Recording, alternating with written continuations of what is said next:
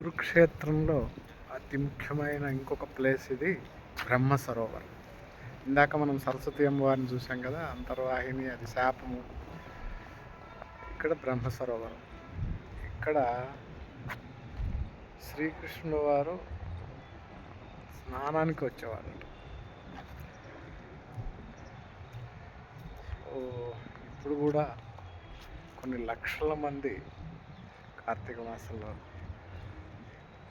అట్లాంటప్పుడు ఇక్కడ మంచి స్నానాలు చేస్తూ ఉంటారు.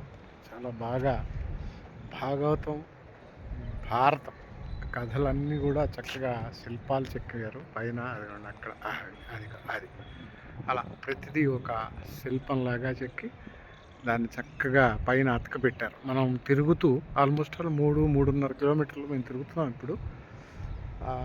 తిరుగుతూ ఇవన్నీ చదువుకోవచ్చు. సో అది చదివితే ఇంకా పుస్తకం చదవక్కర్లేదు, దాని కింద చక్కగా స్టోన్ మీద అంతా రాశారు ఇంగ్లీష్లో, హిందీలో, అన్నీ చదువుకోవచ్చు.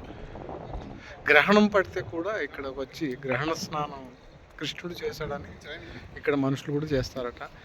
అలాగే పితృపక్షాలప్పుడు లేకపోతే ఇలాంటి చోట ఇక్కడ స్నానాలకి టికెట్ తీసుకొని మనం చేయొచ్చు.